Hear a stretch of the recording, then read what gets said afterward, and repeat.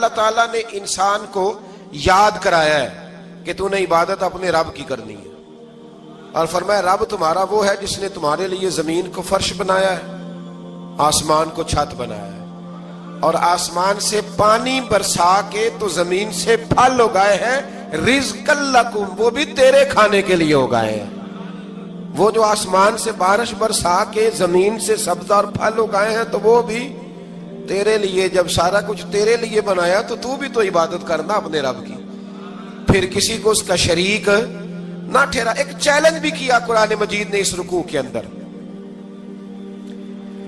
کہا کرتے تھے مکے کے لوگ کہ آپ قرآن مجید کی آیتیں نبی کریم علیہ السلام سے کہا کرتے تھے کہ معاذ اللہ آپ خود بناتے ہیں، بنا کے لاتے ہیں۔ تو اللہ کریم نے فرمایا وَإِن كُنتُمْ فِي رَيْبٍ مِّمَّا نَزَّلْنَا عَلَىٰ عَبْدِنَا فَأْتُوا بِسُورَةٍ مِّن مِّثْلِهِ، اگر تمہیں شک ہو نا اس میں جو ہم نے بندہ خاص پہ نازل کیا ہے تو تم بھی اس جیسی ایک صورت بنا کے لاؤ۔ پڑھے لکھے تو تم بھی ہو نا، مکے میں تم بھی رہتے ہو، تو ایک صورت بنا کے لاؤ۔ قرآن مجید ہم سے چھینا گیا ہے سازش کے تحت، اس لیے کہ جس قوم کو قرآن آ جاتا ہے نا پھر کوئی کافر اس کا مقابلہ نہیں کر سکتا۔ دیکھیں نا اگر کافروں کے پاس جواب ہوتا قرآن پاک کا تو بدر اور احد میں نا کوئی آیت بنا کے لاتے، قرآن کے مقابلے کی تلواریں لے کے نہ آتے، ان کے پاس جواب ہی نہیں تھا۔ اور قیامت تک کسی کافر کے پاس قرآن مجید کا کوئی جواب، قرآن کا کوئی جواب، قسم اللہ کی جواب کوئی نہیں، قرآن کا اس کا کوئی جواب نہیں۔ کیا بات ہے قرآن پاک کی۔ وہ ایک دفعہ مسلمہ کذاب بے ایمان کہنے لگا میں نے بنا لیا ہے قرآن پاک کا جواب، معاذ اللہ۔ جواب کیا بنایا؟ وہ سورت ہے نا القاریۃ ما القاریۃ وما ادراک ما القاریۃ، کھڑکھڑانے والی کیا ہے، کھڑکھڑانے والی تمہیں کیا پتا کیا ہے کھڑکھڑی، قیامت کا ذکر ہے۔ کہنے لگا میں نے اس جیسی سورت بنا لیا، تو کیا بنایا؟ الفیل مل فیل وما ادراک ما الفیل۔ کہنے لگا ہاتھی، تمہیں کیا پتا کیا ہاتھی، تم کیا جانو کیا ہاتھی۔ تو پاس جو اس کے اپنے بیٹھے تھے نا چیلے، وہ کہنے لگے چپ کر جا، سارے زمانے کو پتا ہے ہاتھی کیا ہوتا ہے۔ تو پاگل ہے، اس کے دو کان ہوتے ہیں، ایک سونڈ ہوتی ہے، چار اس کے پیر ہوتے ہیں۔ بیوقوف آدمی قرآن کا مقابلہ کرنا ہے تو کچھ چج کے ساتھ کر، پاگلوں کی طرح مقابلہ کرے گا، جوتے کھائے گا بھی، ہمیں بھی پڑھوائے گا۔ تو قرآن مجید کا کوئی مقابلہ کر سکا؟ تو اس آیہ مبارکہ میں اللہ نے کافروں کو یہ کہا اگر مقابلہ نہیں کر سکتے تو پھر اللہ سے ڈرو، ورنہ دوزخ میں ڈالے جاؤ گے، وہ جس کا ایندھن آدمی اور پتھر ہے، اور بنائی بھی کافروں کے لیے گئی ہے۔ اعدت للکافرین، جہنم کس کے لیے بنائی گئی ہے؟ کافروں اور منافقوں کے لیے۔ مسلمانوں کے لیے بنائی گئی، مسلمان مرضی سے چھلانگے لگائیں تو ان کی موج ہے، ورنہ ان کے لیے جہنم، ان کے لیے اللہ نے جنت بنائی ہے۔ اور یہ بات کرتے ہی رب کریم نے فرمایا اے محبوب علیہ السلام مومنوں کو خوشخبری دے دیں کہ اللہ نے ان کے لیے جنت بنائی ہے، اس میں باغات ہیں، انہیں رزق دیا جائے گا کھانے کے لیے، اور اس میں انہیں پاکیزہ بیویاں دی جائیں گی، اور پھر وہ اس میں ہمیشہ رہیں گے، انہیں اس سے نکالا نہیں جائے گا۔ آگے جو آیات کریمہ ہے نا اس کے اندر اللہ تبارک و تعالیٰ نے فرمایا ہے کہ اللہ حیا نہیں کرتا سمجھانے کے لیے، مچھر کی مثال بھی دینی پڑے۔ فرمایا قرآن سے کچھ لوگ ہدایت حاصل کرتے ہیں اور کچھ گمراہ ہو جاتے ہیں۔ جب لوگ اپنی مرضی کی تشریحات چاہتے ہیں تو گمراہ ہوتے ہیں، اور جب قرآن کو رسول اللہ صلی اللہ علیہ وسلم اور امت مسلمہ کی تشریحات کی روشنی میں سمجھتے ہیں تو پھر اللہ ہدایت عطا فرماتا ہے۔ پھر اللہ تبارک و تعالیٰ نے آگے ارشاد فرمایا حضرت آدم کی پیدائش کا واقعہ۔ مفسرین نے لکھا اللہ نے مشورہ کیا تھا فرشتوں سے، وَإِذْ قَالَ رَبُّكَ لِلْمَلَائِكَةِ إِنِّي جَاعِلٌ فِي الْأَرْضِ خَلِيفَةً، لیکن کچھ مفسرین کہتے ہیں کہ اللہ کو ضرورت نہیں فرشتوں سے مشورہ کرنے کی، اللہ نے فرشتوں سے مشورہ نہیں کیا، بلکہ رب نے انہیں آگاہ فرمایا تھا کہ میں لگا ہوں زمین پہ اپنا نائب بنانے، میں خلافت دینے لگا ہوں زمین پہ۔ اب یہ تو دینے والی کی مرضی ہے نا اس نے کس کو دینی ہے، یہ تو دینے والے کی مرضی ہے نا اس نے۔ تو کچھ لوگ کہتے ہیں کہ دینے والے سے زیادہ ہمیں پتہ ہے، تو فرشتوں کو بھی یہ اجتہادی خطا ہو گئی، کہنے لگے یا اللہ اسے نہ بنانا، یہ فساد کرے گا، یہ خون ریزیاں کرے گا۔ تو اللہ نے فرمایا جو میں جانتا ہوں وہ تم، اللہ اکبر۔ امام راضی فرماتے جب رمضان آتا ہے تو اللہ فرشتوں سے کہتا ہے ذرا یہ کھول کے دروازے دیکھو نا یہ زمین پہ کیا کر رہے ہیں، تم تو کہتے تھے فساد کریں گے اور یہ سارے تراویحاں پڑھ رہے ہیں. تم تو گویا کہتے تھے فساد کریں گے اور یہ تو دیکھو گویا رمضان کے روزے رکھ رہے ہیں. یہ تو میری یاد میں نکلے ہوئے ہیں. تم کچھ کہتے تھے اور دیکھو میں نے تمہیں کہا تھا نا جو میں جانتا ہوں وہ تم. اللہ نے پھر حضرت آدم علیہ السلام کو تمام زمانے کے علوم عطا کیے, علم سکھا لیا. تو فرشتوں سے کہا تم بھی ان چیزوں کے نام بتاؤ, تو وہ بتا سکے نہیں. اللہ نے فرمایا اب اس طرح کرو, آدم کو سجدہ کرو. سب نے سجدہ کیا سوائے. وہ کہنے لگا یا اللہ صرف تجھے ہی کرنا ہے. کرنا بھی صرف اللہ کو چاہیے, پر رب کے آگے بھی جھکنا چاہیے, اور جس کے سامنے رب جھکائے نا وہاں بھی. اور یہ جو عاجزی ہے نا, یہ جو جھکنا ہے, یہ علم کے آگے ہے. ہماری مصیبت یہ ہے کہ ہم علم کے آگے بھی گردن جھکانے کو تیار نہیں ہوتے, وہاں بھی ہم خود عالم فاضل بن جاتے. تو فرمایا کہ سب سے کہا سجدہ کرو, سب نے سجدہ کیا سوائے ابلیس کے. تو پھر ہوا کیا, وکان من الکافرین, وہ کافروں میں سے ہو گیا. پھر اللہ نے حضرت آدم کو اور جناب حوا کو نا مقام دے دیا جنت میں رہنے کے لیے, اور کہا سارا کچھ کھانا, درخت کے قریب نہ جانا. ابھی آپ کسی سے کہہ دیں تھوڑا سا کہ پیچھے نہ دیکھنا, یعنی اگر میری سمجھ لیں ادب کی وجہ سے کوئی 1.5-2 منٹ یا 6 منٹ نہیں بھی نہ دیکھے گا تو سوچے گا ضرور کہ پتہ نہیں اب پیچھے کیا ہے, مصیبت کیا ہے. یعنی آپ کہہ کے دیکھ لیں کسی کو, پیچھے نہ دیکھنا. فطرت ہے نا انسان کی, وہ جستجو کرتا ہے, کہا اس درخت کے پاس نہ جانا. تو حضرت حوا سلام اللہ علیہ کہتے ہیں دل میں خیال رہتا تھا کہ آخر ہے کیا درخت کے پاس. یہی انسان کا عقیدہ توحید ہے کہ جہاں سے رب منع کر دے وہاں وہ منع ہو جائے. اور یہ ان کی خطا نہیں تھی, یہ اللہ کی حکمت تھی, چونکہ رب نے تو پہلے کہہ دیا تھا بنایا ہی زمین کے لیے, تو یہ تو سارا کچھ ہونا تھا تو زمین پہ آنا تھا نا. تو حضرت حوا اور جناب آدم کے پاس شیطان آیا, اب اس کو نکال تو دیا تھا پر ابھی اس کا جنت میں آنا جانا بند نہیں ہوا تھا, یہ بھی اللہ کی حکمت تھی. تو وہ کہنے لگا تمہیں پتہ ہے بعد میں مر جاؤ گے. تو حضرت حوا کہنے لگی کیا موت بھی آئے گی؟ کہاں, اس کی تکلیف بھی بڑی ہوگی, تو پھر بچیں گے کیسے؟ تو کہنے لگے پھل کھا لو اس درخت کا. تو بچنے کے لیے پھل کھایا تھا. جس طرح لوگ آج بہت سارے کام بچنے کے لیے کرتے ہیں پر بچ سکتے ہیں, بچنے کے لیے پھل کھایا. تو اللہ نے فرمایا زمین پہ چلے جاؤ. تو حضرت آدم زمین پہ آئے, پھر کئی 100 سال روتے رہے. فَتَلَقَّى آدَمُ مِن رَبِّهِ کَلِمَاتٍ, تو پھر اللہ نے خود ہی جناب آدم کو کچھ کلمے سکھائے. علامہ اسماعیل حقی فرماتے ہیں وہ کلمے یہ تھے کہ حضرت آدم نے میرے نبی کا وسیلہ پیش کیا, اللہ کریم نے جناب آدم کی دعا کو مقبول فرما لیا. پھر آگے بنی اسرائیل کا ذکر آ جاتا ہے. اللہ تعالیٰ نے بنی اسرائیل, آج آپ اسی قوم کو یہودی کہتے ہیں, ان کو اللہ نے اس زمانے میں فضیلت عطا کی تھی بہت زیادہ. تو عرب کے اندر جب نبی پاک علیہ السلام نے اعلان نبوت کیا تو کچھ لوگوں نے یہ کہہ دیا کہ اگر یہ یہودی کلمہ پڑھ لیں گے تو ہم بھی پڑھ لیں گے. تو پھر اللہ نے انہیں یاد کرایا کہ تم اصل میں کیا ہو, تمہیں کلمہ پڑھنا چاہیے. تو اہل یہود کا تذکرہ کرتے کرتے رب کریم نے ایک بات یہ بھی ارشاد فرمائی کہ تم لوگوں کو تو کہتے رہے ہو کہ وہ نبی آنے والے ہیں, وہ نبی آنے والے ہیں, اور جب آ گئے ہیں تو ماننے کو تیار نہیں ہو. تو فرمایا تأمرون الناس بالبر وتنسون انفسکم وانتم تتلون الکتاب, لوگوں کو بھلائی کا حکم دیتے ہو اور اپنے آپ کو بھول جاتے ہو. افلا تعقلون, تمہیں عقل نہیں؟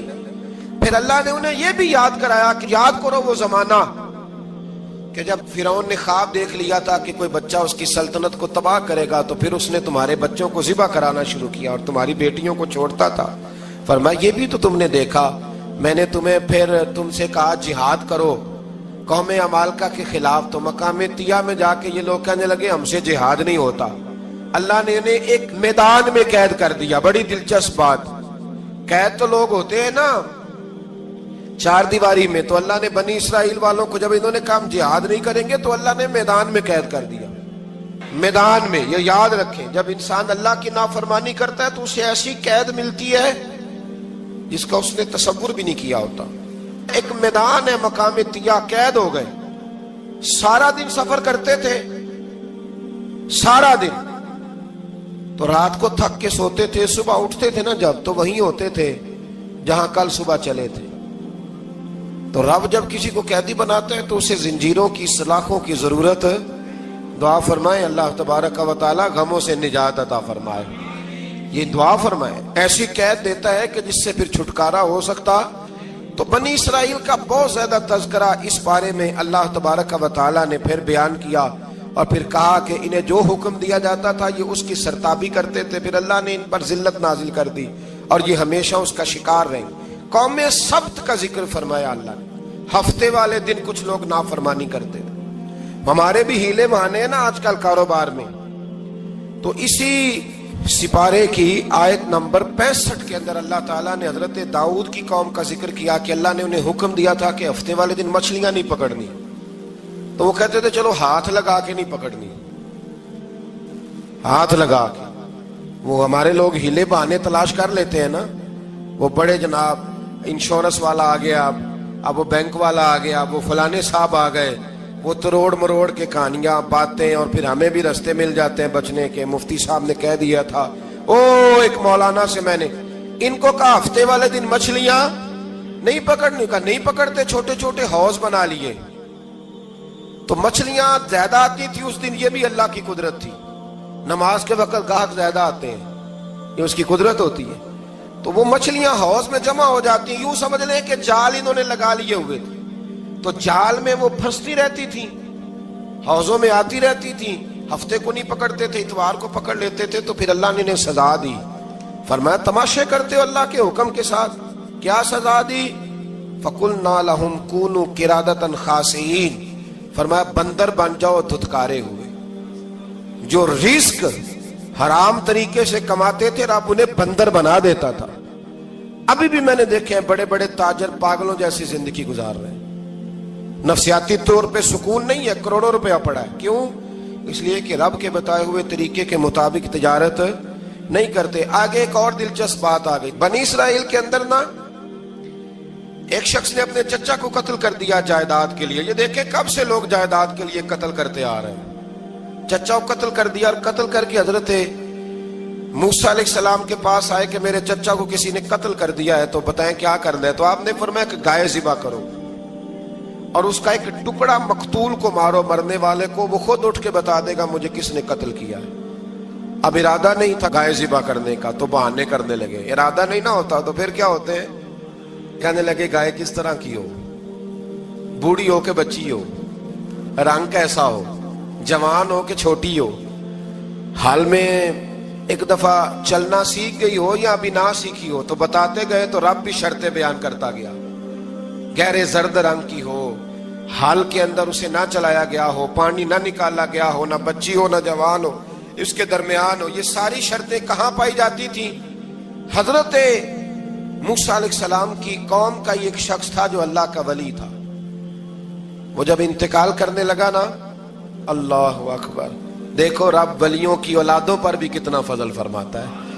وہ جب انتقال کرنے لگا تو ایک اس کے پاس چھوٹی سی بچیا تھی، گائے کی بچی، اس نے جنگل میں چھوڑ دی۔ کہنے لگا یا اللہ میں تیرے نام پہ چھوڑتا ہوں، میرا بچہ جوان ہو جائے تو اسے دے دینا، اور تو سرمایہ ہی کوئی نہیں۔ بچہ بڑا ہوا تو بچہ بھی بڑا نیک تھا، اپنی ماں کا بڑا فرما بردار تھا۔ اس کی ماں نے کہا بیٹا تیرے باپ نے ایک گائے چھوڑی تھی۔ تو بچہ جنگل میں گیا اور جا کے کہنے لگا اے اللہ میری گائے مجھ سے ملا دے۔ تو رب کریم نے وہ گائے واپس کر دی، وہ گائے گھر لے آیا۔ اب وہ کہنے لگا اماں بیچ دوں، تو اماں کہنے لگی بیٹا میرے پوچھے بغیر نہ بیچنا۔ کئی دفعہ گاہک لگے پر اس نے کہا جب تک میری اماں نہ کہے گی میں بیچوں گا۔ ادھر بنی اسرائیل والے شرطیں جتنی گائے کے بارے میں پوچھ چکے تھے وہ ساری اسی گائے میں پائی جاتی تھی۔ تو یہ ڈھونڈتے ڈھونڈتے وہاں پہنچ گئے، تو کہنے لگے گائے چاہیے۔ تو اس نے کہا بھی تمہاری مرضی سے نہیں، قیمت میری مرضی کی۔ ایک مفسر نے تو یہاں تک لکھا ہے کہ اس نے کہا گائے ذبح کر کے نا، تو جتنا گائے کے اندر گوشت ہوگا نا اتنا ہی کھال کے اندر تو مجھے مال بھر کے دو گے، اتنے سکے بھر کے دو گے، اتنی اشرفیاں بھر کے دو گے تو پھر تمہیں گائے دوں گا۔ تو پھر یہ گائے انہیں ملی اور یہ گائے لے کر کے آئے۔ زیادہ سوالات نہ کرتے تو زیادہ الجھتے نہ۔ ہم بھی دین کے معاملے میں بڑے سوال جواب کرتے ہیں، اتنا سوال کریں جتنی اس کی ضرورت ہے۔ ان لوگوں نے سوالات زیادہ کیے تو پھر الجھ زیادہ گئے۔ تو میرے بھائی اس کا ذکر بھی اللہ تبارک و تعالیٰ نے پہلے پارے کے اندر بیان فرمایا. پھر اللہ کریم نے فرمایا کہ کچھ ایسے لوگ بھی ہیں یہودیوں میں سے جن کا دعویٰ ہو گیا ہے کہ ہم اللہ کے بڑے پیارے ہیں. فرمایا یہ صرف ان کے منہ کی باتیں ہیں, یہ تو قیامت میں پتہ چلے گا نا کہ اللہ کا پیار کس کے ساتھ زیادہ ہے. اور پھر یہ بھی یہودیوں نے دعویٰ کیا ہے, اسی پارے میں اللہ فرماتے ہیں کہ ان کا دعویٰ ہے کہ ہم اللہ کے بڑے پیارے ہیں, جنت میں ہم ہی جائیں گے. تو اللہ فرماتے ہیں پھر مرنے کی دعا تو کرو, جنت میں تو مر کے جانا ہے نا. لیکن رب فرماتے ہیں یہ کبھی مرنے کی دعا نہیں کریں گے, اس لیے کہ انہیں پتہ ہے کہ ہم نے آخرت کے لیے کیا بھیجا. لے جی پہلا حکم آ گیا یا ایھا الذین آمنوا کہہ کے, پہلی آیت قرآن پاک کی پہلے سپارے میں پہلی آیت جس میں اللہ نے کہا یا ایھا الذین آمنوا. تو پہلا حکم آمنوا کہہ کے آیت نمبر 104 میں جو اللہ نے حکم دیا ہے نا, وہ نبی پاک کی تعظیم کا حکم ہے. پہلا حکم ہی اللہ نے حضور کی عزت اور ناموس کا ارشاد فرمایا. پہلا اس ترتیب کے لحاظ سے وہ ہوا یہ کہ جب نبی پاک کو بات ارشاد کرتے تو صحابہ کرام اٹھ کے عرض کرتے رائینا یا رسول اللہ, حضور سمجھ نہیں آئی ذرا رعایت کر دے. تو یہودیوں کی عبرانی زبان کے اندر نہ ذرا کھینچ کے پڑھتے تھے رائینا, تو اس کا معنی بنتا تھا معاذ اللہ اے ہمارے چرواہے. بکریاں چرانے والے کو بھی وہ رائینا کہتے تھے. تو جب صحابہ یہ کہنے لگے تو اللہ نے منع ہی کر دیا. فرمایا میرے محبوب کے غلاموں, اس لفظ کے پیچھے چھپ کے, اس لفظ کے پیچھے چھپ کے لوگ میرے نبی کی بے ادبی کر جاتے ہیں. تو جس لفظ کا کوئی ایک معنی بے ادبی والا بنتا ہو وہ لفظ بھی میرے نبی کے لیے نہ کہو. لفظ وہ والے کہو جس میں کوئی بے ادبی کا معنی نکلے نہ.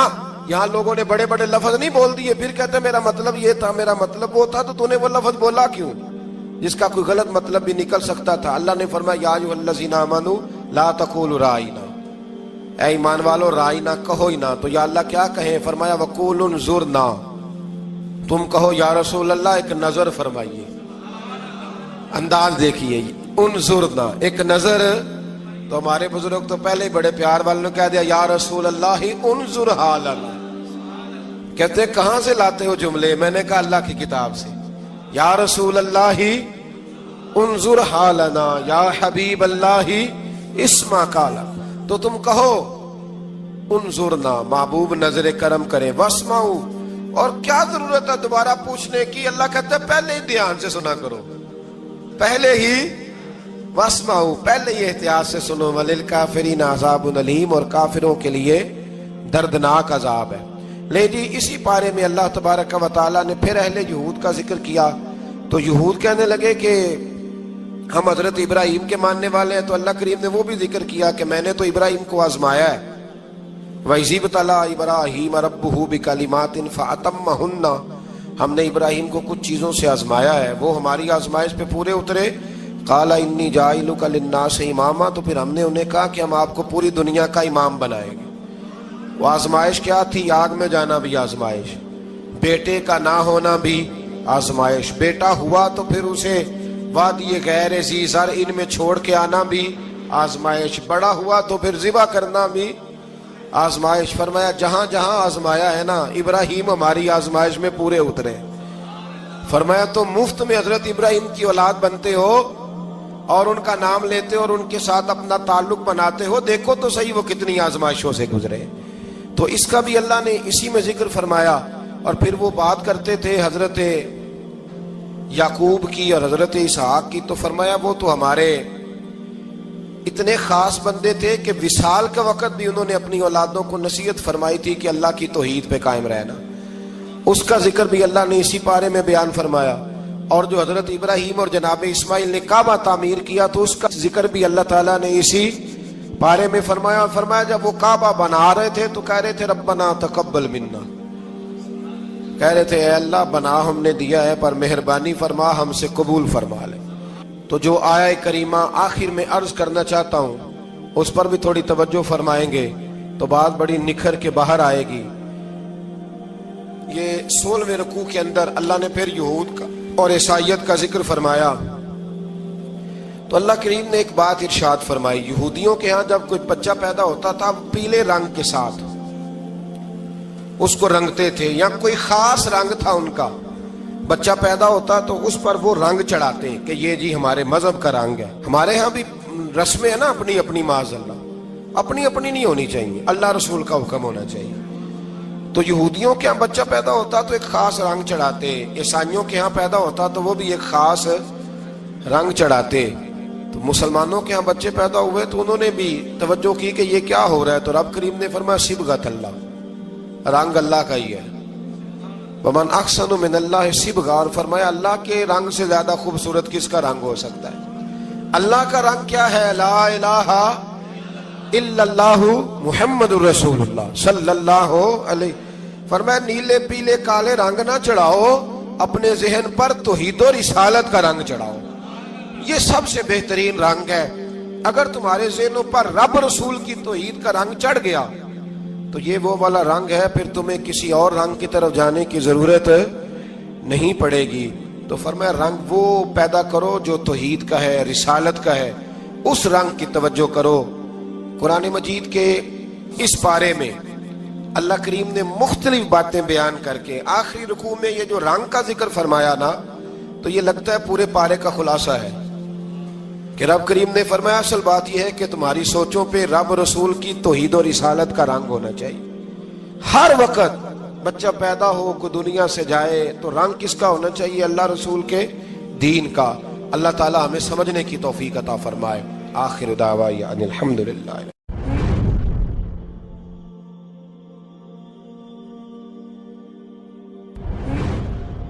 اللہ تعالیٰ نے انسان کو یاد کرایا ہے کہ تو نے عبادت اپنے رب کی کرنی ہے، اور فرمایا رب تمہارا وہ ہے جس نے تمہارے لیے زمین کو فرش بنایا ہے، آسمان کو چھت بنایا ہے، اور آسمان سے پانی برسا کے تو زمین سے پھل اگائے ہیں، رزق لکم، وہ بھی تیرے کھانے کے لیے اگائے ہیں۔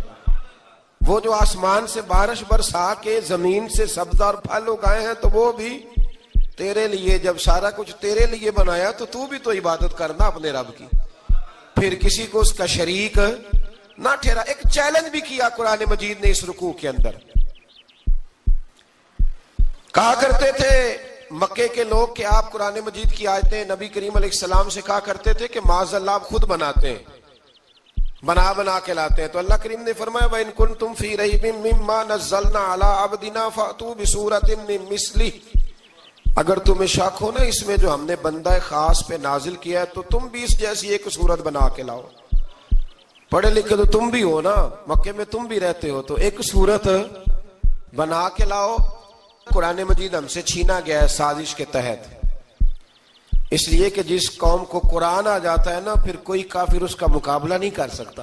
دیکھیں نا اگر کافروں کے پاس جواب ہوتا قرآن پاک کا تو بدر اور احد میں نا کوئی آیت بنا کے لاتے، قرآن کے مقابلے کی تلواریں لے کے نہ آتے، ان کے پاس جواب ہی نہیں تھا۔ اور قیامت تک کسی کافر کے پاس قرآن مجید کا کوئی جواب، قرآن کا کوئی جواب، قسم اللہ کی جواب کوئی نہیں، قرآن کا اس کا کوئی جواب نہیں۔ کیا بات ہے قرآن پاک کی۔ وہ ایک دفعہ مسلمہ کذاب بے ایمان کہنے لگا میں نے بنا لیا ہے قرآن پاک کا جواب، معاذ اللہ۔ جواب کیا بنایا؟ وہ صورت ہے نا القاریۃ ما القاریہ وما ادراک ما القاریہ، کھڑکھڑانے والی کیا ہے، کھڑکھڑانے والی تمہیں کیا پتا کیا ہے کھڑکھڑی، قیامت کا ذکر ہے۔ کہنے لگا میں نے اس جیسی صورت بنا لیا، تو کیا بنایا؟ الفیل ملفیل وما ادراک ما الفیل۔ کہنے لگا ہاتھی، تمہیں کیا پتا کیا ہاتھی، تم کیا جانو کیا ہاتھی۔ تو پاس جو اس کے اپنے بیٹھے تھے نا چیلے، وہ کہنے لگے چپ کر جا، سارے زمانے کو پتا ہے ہاتھی کیا ہوتا ہے۔ تو پاگل ہے، اس کے دو کان ہوتے ہیں، ایک سونڈ ہوتی ہے، چار اس کے پیر ہوتے ہیں۔ بیوقوف آدمی قرآن کا مقابلہ کرنا ہے تو کچھ چج کے ساتھ کر، پاگلوں کی طرح مقابلہ کرے گا، جوتے کھائے گا بھی، ہمیں بھی پڑھوائے گا۔ تو قرآن مجید کا کوئی مقابلہ کر سکا؟ تو اس آیہ مبارکہ میں اللہ نے کافروں کو یہ کہا اگر مقابلہ نہیں کر سکتے تو پھر اللہ سے ڈرو، ورنہ دوزخ میں ڈالے جاؤ گے، وہ جس کا ایندھن آدمی اور پتھر ہے، اور بنائی بھی کافروں کے لیے گئی ہے۔ اعدت للکافرین، جہنم کس کے لیے بنائی گئی ہے؟ کافروں اور منافقوں کے لیے۔ مسلمانوں کے لیے بنائی گئی، مسلمان مرضی سے چھلانگے لگائیں تو ان کی موج ہے، ورنہ ان کے لیے جہنم، ان کے لیے اللہ نے جنت بنائی ہے۔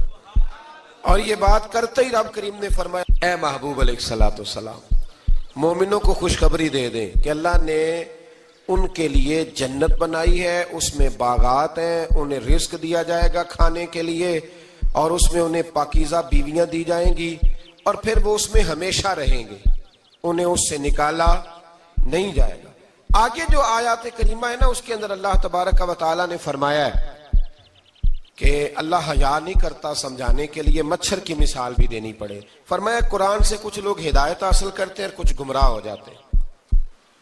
جب لوگ اپنی مرضی کی تشریحات چاہتے ہیں تو گمراہ ہوتے ہیں، اور جب قرآن کو رسول اللہ صلی اللہ علیہ وسلم اور امت مسلمہ کی تشریحات کی روشنی میں سمجھتے ہیں تو پھر اللہ ہدایت عطا فرماتا ہے۔ پھر اللہ تبارک و تعالیٰ نے آگے ارشاد فرمایا حضرت آدم کی پیدائش کا واقعہ۔ کچھ مفسرین نے لکھا اللہ نے مشورہ کیا تھا فرشتوں سے، وَإِذْ قَالَ رَبُّكَ لِلْمَلَائِكَةِ إِنِّي جَاعِلٌ فِي الْأَرْضِ خَلِيفَةً، لیکن کچھ مفسرین کہتے ہیں کہ اللہ کو ضرورت نہیں فرشتوں سے مشورہ کرنے کی، اللہ نے فرشتوں سے مشورہ نہیں کیا، بلکہ رب نے انہیں آگاہ فرمایا تھا کہ میں لگا ہوں زمین پہ اپنا نائب بنانے، میں خلافت دینے لگا ہوں زمین پہ۔ اب یہ تو دینے والی کی مرضی ہے نا اس نے کس کو دینی ہے، یہ تو دینے والے کی مرضی ہے نا اس نے۔ تو کچھ لوگ کہتے ہیں کہ دینے والے سے زیادہ ہمیں پتہ ہے، تو فرشتوں کو بھی یہ اجتہادی خطا ہو گئی، کہنے لگے یا اللہ اسے نہ بنانا، یہ فساد کرے گا، یہ خون ریزیاں کرے گا۔ تو اللہ نے فرمایا جو میں جانتا ہوں وہ تم، اللہ اکبر۔ امام راضی فرماتے جب رمضان آتا ہے تو اللہ فرشتوں سے کہتا ہے ذرا یہ کھول کے دروازے دیکھو نا یہ زمین پہ کیا کر رہے ہیں، تم تو کہتے تھے فساد کریں گے اور یہ سارے تراویحیں پڑھ رہے ہیں، تم تو گویا کہتے تھے فساد کریں گے اور یہ تو دیکھو گویا رمضان کے روزے رکھ رہے ہیں، یہ تو میری یاد میں نکلے ہوئے ہیں۔ تم کچھ کہتے تھے اور دیکھو میں نے تمہیں کہا تھا نا جو میں جانتا ہوں وہ تم۔ اللہ نے پھر حضرت آدم علیہ السلام کو تمام زمانے کے علوم عطا کیے، علم سکھا لیا۔ تو فرشتوں سے کہا تم بھی ان چیزوں کے نام بتاؤ، تو وہ بتا سکے نہیں۔ اللہ نے فرمایا اب اس طرح کرو آدم کو سجدہ کرو، سب نے سجدہ کیا سوائے وہ، کہنے لگا یا اللہ صرف تجھے ہی کرنا ہے، کرنا بھی صرف اللہ کو چاہیے، پر رب کے آگے بھی جھکنا چاہیے، اور جس کے سامنے رب جھکائے نا وہاں بھی۔ اور یہ جو عاجزی ہے نا، یہ جو جھکنا ہے، یہ علم کے آگے ہے۔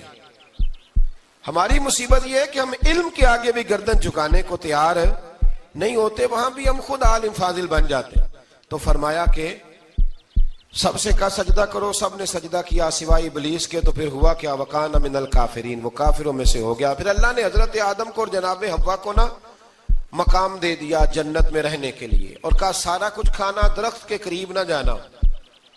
ابھی آپ کسی سے کہہ دیں تھوڑا سا کہ پیچھے نہ دیکھنا، یعنی اگر میری سمجھ لیں ادب کی وجہ سے کوئی 1.5-2 منٹ یا 6 منٹ نہیں بھی نہ دیکھے گا تو سوچے گا ضرور کہ پتہ نہیں اب پیچھے کیا ہے، مصیبت کیا ہے۔ یعنی آپ کہہ کے دیکھ لیں کسی کو، پیچھے نہ دیکھنا، فطرت ہے نا انسان کی، وہ جستجو کرتا ہے، کہا اس درخت کے پاس نہ جانا۔ تو حضرت حوا سلام اللہ علیہ کہتے ہیں دل میں خیال رہتا تھا کہ آخر ہے کیا درخت کے پاس۔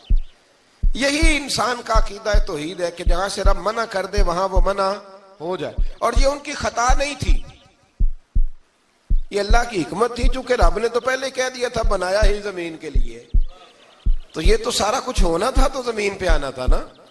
تو حضرت حوا اور جناب آدم کے پاس شیطان آیا، اب اس کو نکال تو دیا تھا پر ابھی اس کا جنت میں آنا جانا بند نہیں ہوا تھا، یہ بھی اللہ کی حکمت تھی۔ تو وہ کہنے لگا تمہیں پتہ ہے بعد میں مر جاؤ گے؟ تو حضرت حوا کہنے لگی کیا موت بھی آئے گی؟ کہاں، اس کی تکلیف بھی بڑی ہوگی، تو پھر بچیں گے کیسے؟ تو کہنے لگے پھل کھا لو اس درخت کا۔ تو بچنے کے لیے پھل کھایا تھا۔ جس طرح لوگ آج بہت سارے کام بچنے کے لیے کرتے ہیں پر بچ سکتے، بچنے کے لیے پھل کھایا تو اللہ نے فرمایا زمین پہ چلے جاؤ۔ تو حضرت آدم زمین پہ آئے، پھر کئی 100 سال روتے رہے۔ فَتَلَقَّى آدَمُ مِن رَبِّهِ کَلِمَاتٍ، تو پھر اللہ نے خود ہی جناب آدم کو کچھ کلمے سکھائے۔ علامہ اسماعیل لکی فرماتے ہیں وہ کلمے یہ تھے کہ حضرت آدم نے میرے نبی کا وسیلہ پیش کیا، اللہ کریم نے جناب آدم کی دعا کو مقبول فرما لیا۔ پھر آگے بنی اسرائیل کا ذکر آ جاتا ہے۔ اللہ تعالیٰ نے بنی اسرائیل، آج آپ اسی قوم کو یہودی کہتے ہیں، ان کو اللہ نے اس زمانے میں فضیلت عطا کی تھی بہت زیادہ۔ تو عرب کے اندر جب نبی پاک علیہ السلام نے اعلان نبوت کیا تو کچھ لوگوں نے یہ کہہ دیا کہ اگر یہ یہودی کلمہ پڑھ لیں گے تو ہم بھی پڑھ لیں گے۔ تو پھر اللہ نے انہیں یاد کرایا کہ تم اصل میں کیا ہو، تمہیں کلمہ پڑھنا چاہیے۔ تو اہل یہود کا تذکرہ کرتے کرتے رب کریم نے ایک بات یہ بھی ارشاد فرمائی کہ تم لوگوں کو تو کہتے رہے ہو کہ وہ نبی آنے والے ہیں، وہ نبی آنے والے ہیں، اور جب آ گئے ہیں تو ماننے کو تیار نہیں ہو. تو فرمایا تأمرون الناس بالبر وتنسون انفسکم وانتم تتلون الکتاب، لوگوں کو بھلائی کا حکم دیتے ہو اور اپنے آپ کو بھول جاتے ہو. افلا تعقلون، تمہیں عقل نہیں؟ پھر اللہ نے انہیں یہ بھی یاد کرایا کہ یاد کرو وہ زمانہ کہ جب فرعون نے خواب دیکھ لیا تھا کہ کوئی بچہ اس کی سلطنت کو تباہ کرے گا، تو پھر اس نے تمہارے بچوں کو ذبح کرانا شروع کیا اور تمہاری بیٹیوں کو چھوڑتا تھا. فرمایا یہ بھی تو تم نے دیکھا، میں نے تمہیں پھر تم سے کہا جہاد کرو قوم عمالقہ کے خلاف، تو مقام طیہ میں جا کے یہ لوگ کہنے لگے ہم سے جہاد نہیں ہوتا. اللہ نے انہیں ایک میدان میں قید کر دیا. بڑی دلچسپ بات، قید تو لوگ ہوتے ہیں نا چار دیواری میں، تو اللہ نے بنی اسرائیل والوں کو جب انہوں نے کہا ہم جہاد نہیں کریں گے تو اللہ نے میدان میں قید کر دیا. میدان میں، یہ یاد رکھیں، جب انسان اللہ کی نافرمانی کرتا ہے تو اسے ایسی قید ملتی ہے جس کا اس نے تصور بھی نہیں کیا ہوتا. ایک میدان ہے مقام طیہ، قید ہو گئے.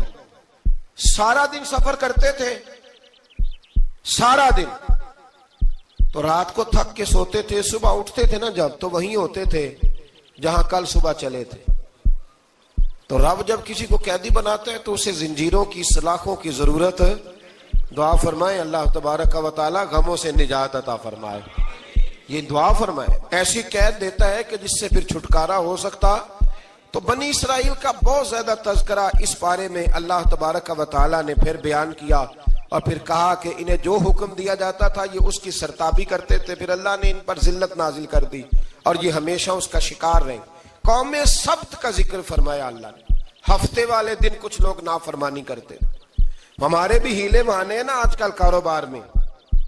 تو اسی سپارے کی آیت نمبر 65 کے اندر اللہ تعالیٰ نے حضرت داؤد کی قوم کا ذکر کیا کہ اللہ نے انہیں حکم دیا تھا کہ ہفتے والے دن مچھلیاں نہیں پکڑنی. تو وہ کہتے تھے چلو ہاتھ لگا کے نہیں پکڑنی، ہاتھ لگا کے. وہ ہمارے لوگ ہیلے بہانے تلاش کر لیتے ہیں نا. وہ بڑے جناب انشورنس والا آ گیا، اب وہ بینک والا آ گیا، وہ فلانے صاحب آ گئے، وہ تروڑ مروڑ کے کہانیاں باتیں، اور پھر ہمیں بھی رستے مل جاتے ہیں بچنے کے. مفتی صاحب نے کہہ دیا تھا، ایک مولانا سے میں نے ان کو کہا ہفتے والے دن مچھلیاں نہیں پکڑنی. کہا نہیں پکڑتے، چھوٹے چھوٹے حوض بنا لیے. تو مچھلیاں زیادہ آتی تھی اس دن، یہ بھی اللہ کی قدرت تھی. نماز کے وقت گاہک زیادہ آتے ہیں، یہ اس کی قدرت ہوتی ہے. تو وہ مچھلیاں حوض میں جمع ہو جاتی ہیں. یوں سمجھ لیں کہ جال انہوں نے لگا لیے ہوئے تھے، تو جال میں وہ پھنستی رہتی تھی، حوضوں میں آتی رہتی تھی. ہفتے کو نہیں پکڑتے تھے، اتوار کو پکڑ لیتے تھے. تو پھر اللہ نے انہیں سزا دی. فرمایا تماشے کرتے ہو اللہ کے حکم کے ساتھ. کیا سزا دی؟ فَقُلْنَا لَهُمْ كُونُوا قِرَادَةً خَاسِئِينَ. فرمایا بندر بن جاؤ دھتکارے ہوئے. جو رزق حرام طریقے سے کماتے تھے رب انہیں بندر بنا دیتا تھا. ابھی بھی میں نے دیکھے ہیں بڑے بڑے تاجر پاگلوں جیسی زندگی گزار رہے ہیں. نفسیاتی طور پہ سکون نہیں ہے، کروڑوں روپیہ پڑا ہے. کیوں؟ اس لیے کہ رب کے بتائے ہوئے طریقے کے مطابق تجارت نہیں کرتے. آگے ایک اور دلچسپ بات آ گئی. بنی اسرائیل کے اندر نا ایک شخص نے اپنے چچا کو قتل کر دیا جائیداد کے لیے. یہ دیکھیں کب سے لوگ جائیداد کے لیے قتل کرتے آ رہے ہیں. چچا کو قتل کر دیا، اور قتل کر کے حضرت موسیٰ علیہ السلام کے پاس آئے کہ میرے چچا کو کسی نے قتل کر دیا ہے، تو بتائیں کیا کرنا ہے. تو آپ نے فرمایا کہ گائے ذبح کرو اور اس کا ایک ٹکڑا مقتول کو مارو، مرنے والے کو. وہ خود اٹھ کے بتا دے گا مجھے کس نے قتل کیا ہے. اب ارادہ نہیں تھا گائے ذبح کرنے کا تو بہانے کرنے لگے. ارادہ نہیں نہ ہوتا تو پھر کیا ہوتے ہیں؟ کہنے لگے گائے کس طرح کی ہو، بوڑھی ہو کہ بچی ہو، رنگ کیسا ہو، جوان ہو کہ چھوٹی ہو، حال میں ایک دفعہ چلنا سیکھ گئی ہو یا ابھی نہ سیکھی ہو. تو بتاتے گئے تو رب بھی شرطیں بیان کرتا گیا. گہرے زرد رنگ کی ہو، حال کے اندر اسے نہ چلایا گیا ہو، پانی نہ نکالا گیا ہو، نہ بچی ہو نہ جوان ہو، اس کے درمیان ہو. یہ ساری شرطیں کہاں پائی جاتی تھیں؟ حضرت موسیٰ علیہ السلام کی قوم کا ایک شخص تھا جو اللہ کا ولی تھا. وہ جب انتقال کرنے لگا نا، اللہ اکبر، دیکھو رب ولیوں کی اولادوں پر بھی کتنا فضل فرماتا ہے. وہ جب انتقال کرنے لگا تو ایک اس کے پاس چھوٹی سی بچیا تھی، گائے کی بچی. اس نے جنگل میں چھوڑ دی. کہنے لگا یا اللہ میں تیرے نام پہ چھوڑتا ہوں. میرا بچہ جوان ہو جائے تو اسے دے دینا، اور تو سرمایہ ہی کوئی نہیں۔ بچہ بڑا ہوا تو بچہ بھی بڑا نیک تھا، اپنی ماں کا بڑا فرما بردار تھا۔ اس کی ماں نے کہا بیٹا تیرے باپ نے ایک گائے چھوڑی تھی، تو بچہ جنگل میں گیا اور جا کے کہنے لگا اے اللہ میری گائے مجھ سے ملا دے، تو رب کریم نے وہ گائے واپس کر دی۔ وہ گائے گھر لے آیا، اب وہ کہنے لگا اماں بیچ دوں، تو اماں کہنے لگی بیٹا میرے پوچھے بغیر نہ بیچنا۔ کئی دفعہ گاہک لگے پر اس نے کہا جب تک میری اماں نہ کہے گی میں بیچوں گا۔ ادھر بنی اسرائیل والے شرطیں جتنی گائے کے بارے میں پوچھ چکے تھے وہ ساری اسی گائے میں پائی جاتی تھی، تو یہ ڈھونڈتے ڈھونڈتے وہاں پہنچ گئے، تو کہنے لگے گائے چاہیے، تو اس نے کہا بھی تمہاری مرضی سے نہیں، قیمت میری مرضی کی۔ ایک مفسر نے تو یہاں تک لکھا ہے کہ اس نے کہا گائے ذبح کر کے نا، تو جتنا گائے کے اندر گوشت ہوگا نا اتنا ہی کھال کے اندر تو مجھے مال بھر کے دو گے، اتنے ہی سکے بھر کے دو گے، اتنی اشرفیاں بھر کے دو گے تو پھر تمہیں گائے دوں گا۔ تو پھر یہ گائے انہیں ملی اور یہ گائے لے کر کے آئے۔ زیادہ سوالات نہ کرتے تو زیادہ الجھتے نہ۔ ہم بھی دین کے معاملے میں بڑے سوال جواب کرتے ہیں، اتنا سوال کریں جتنی اس کی ضرورت ہے۔ ان لوگوں نے سوالات زیادہ کیے تو پھر الجھ زیادہ گئے۔ تو میرے بھائی اس کا ذکر بھی اللہ تبارک و تعالیٰ نے پہلے پارے کے اندر بیان فرمایا۔ پھر اللہ کریم نے فرمایا کہ کچھ ایسے لوگ بھی ہیں یہودیوں میں سے جن کا دعویٰ ہو گیا ہے کہ ہم اللہ کے بڑے پیارے ہیں۔ فرمایا یہ صرف ان کے منہ کی باتیں ہیں، یہ تو قیامت میں پتہ چلے گا نا کہ اللہ کا پیار کس کے ساتھ زیادہ ہے۔ اور پھر یہ بھی یہودیوں نے دعویٰ کیا ہے، اسی پارے میں اللہ فرماتے ہیں کہ ان کا دعویٰ ہے کہ ہم اللہ کے بڑے پیارے ہیں، جنت میں ہم ہی جائیں گے۔ تو اللہ فرماتا ہے پھر مرنے کی دعا تو کرو، جنت میں تو مر کے جانا ہے نا۔ لیکن رب فرماتے ہیں یہ کبھی مرنے کی دعا نہیں کریں گے، اس لیے کہ انہیں پتہ ہے کہ ہم نے آخرت کے لیے کیا بھیجا۔ لیکن جی پہلا حکم آ گیا یا ایھا الذین آمنوا کہہ کے، پہلی آیت قرآن پاک کی پہلے سپارے میں پہلی آیت جس میں اللہ نے کہا یا ایھا الذین آمنوا، تو پہلا حکم آمنوا کہہ کے۔ آیت نمبر 104 میں جو اللہ نے حکم دیا ہے نا وہ نبی پاک کی تعظیم کا حکم ہے۔ پہلا حکم ہی اللہ نے حضور کی عزت اور ناموس کا ارشاد فرمایا۔ پہلا اس ترتیب کے لحاظ سے وہ ہوا یہ کہ جب نبی پاک کو بات ارشاد کرتے تو صحابہ کرام اٹھ کے عرض کرتے رائینا یا رسول اللہ، حضور سمجھ نہیں آئی ذرا رعایت کر دیں۔ تو یہودیوں کی عبرانی زبان کے اندر نہ ذرا کھینچ کے پڑھتے تھے رائینا، تو اس کا معنی بنتا تھا معاذ اللہ اے ہمارے چرواہے، بکریاں چرانے والے کو بھی وہ رائینا کہتے تھے۔ تو جب صحابہ یہ کہنے لگے تو اللہ نے منع ہی کر دیا، فرمایا میرے محبوب کے غلاموں اس لفظ کے پیچھے چھپ کے، اس لفظ کے پیچھے چھپ کے لوگ میرے نبی کی بے ادبی کر جاتے ہیں، تو جس لفظ کا کوئی ایک معنی بے ادبی والا بنتا ہو وہ لفظ بھی میرے نبی کے لیے نہ کہو، لفظ وہ والے کہو جس میں کوئی بے ادبی کا معنی نکلے نہ۔ یہاں لوگوں نے بڑے بڑے لفظ نہیں بول دیے پھر کہتے میرا مطلب یہ تھا میرا مطلب وہ تھا، تو تو نے وہ لفظ بولا کیوں جس کا کوئی غلط مطلب بھی نکل سکتا تھا۔ اللہ نے فرمایا یا ایھا الذین آمنوا لا تقولوا رائینا، اے ایمان والو رائینا کہو ہی نہ۔ تو یا اللہ کیا کہیں؟ فرمایا وقولوا انظرنا، تم کہو یا رسول اللہ ایک نظر فرمائیے، انداز دیکھیے، انظرنا ایک نظر۔ تو ہمارے بزرگ تو پہلے ہی بڑے پیار والوں نے کہہ دیا یا رسول اللہ انظر حالنا، کہتے کہاں سے لاتے ہو جملے؟ میں نے کہا اللہ کی کتاب سے، یا رسول اللہ انظر حالنا یا حبیب اللہ اسمع قالا، تو تم کہو انظرنا محبوب نظر کرم کرے، واسمعوا، اور کیا ضرورت ہے دوبارہ پوچھنے کی؟ اللہ کہتا ہے پہلے ہی دھیان سے سنا کرو، پہلے ہی واسمعوا، پہلے ہی احتیاط سے سنو، وللکافرین عذاب علیم، اور کافروں کے لیے دردناک عذاب ہے۔ لے جی اسی پارے میں اللہ تبارک و تعالیٰ نے پھر اہل یہود کا ذکر کیا۔ تو یہود کہنے لگے کہ ہم حضرت ابراہیم کے ماننے والے ہیں، تو اللہ کریم نے وہ بھی ذکر کیا کہ میں نے تو ابراہیم کو آزمایا ہے، وَإِذِ ابْتَلَىٰ إِبْرَاهِيمَ رَبُّهُ بِكَلِمَاتٍ فَأَتَمَّهُنَّ، ہم نے ابراہیم کو کچھ چیزوں سے آزمایا ہے، وہ ہماری آزمائش پہ پورے اترے۔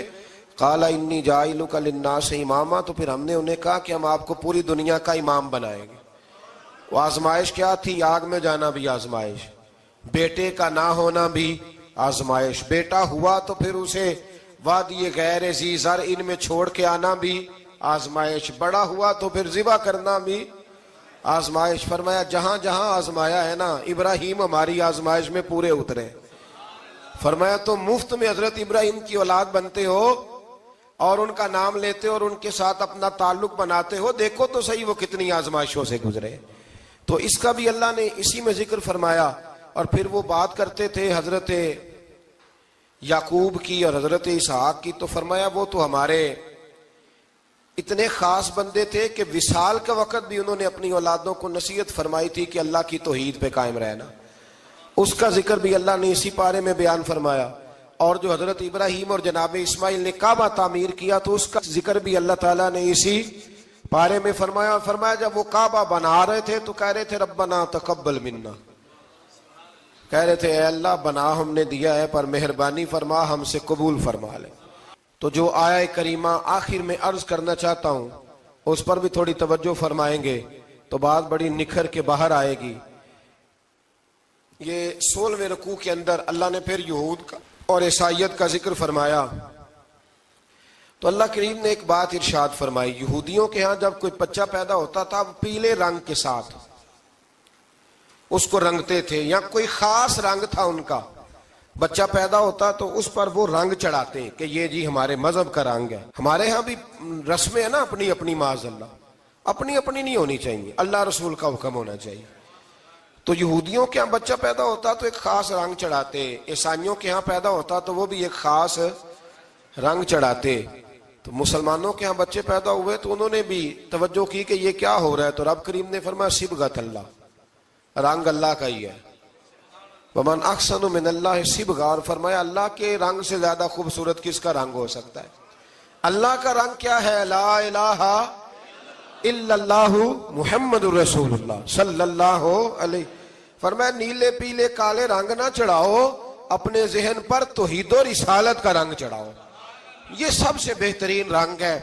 اگر تمہارے ذہنوں پر رب رسول کی توحید کا رنگ چڑھ گیا تو یہ وہ والا رنگ ہے، پھر تمہیں کسی اور رنگ کی طرف جانے کی ضرورت نہیں پڑے گی۔ تو فرمایا رنگ وہ پیدا کرو جو توحید کا ہے، رسالت کا ہے، اس رنگ کی توجہ کرو۔ قرآن مجید کے اس پارے میں اللہ کریم نے مختلف باتیں بیان کر کے آخری رکوع میں یہ جو رنگ کا ذکر فرمایا نا، تو یہ لگتا ہے پورے پارے کا خلاصہ ہے کہ رب کریم نے فرمایا اصل بات یہ ہے کہ تمہاری سوچوں پہ رب رسول کی توحید و رسالت کا رنگ ہونا چاہیے۔ ہر وقت بچہ پیدا ہو، کوئی دنیا سے جائے تو رنگ کس کا ہونا چاہیے؟ اللہ رسول کے دین کا۔ اللہ تعالی ہمیں سمجھنے کی توفیق عطا فرمائے۔ آخر دعوانا ان الحمدللہ۔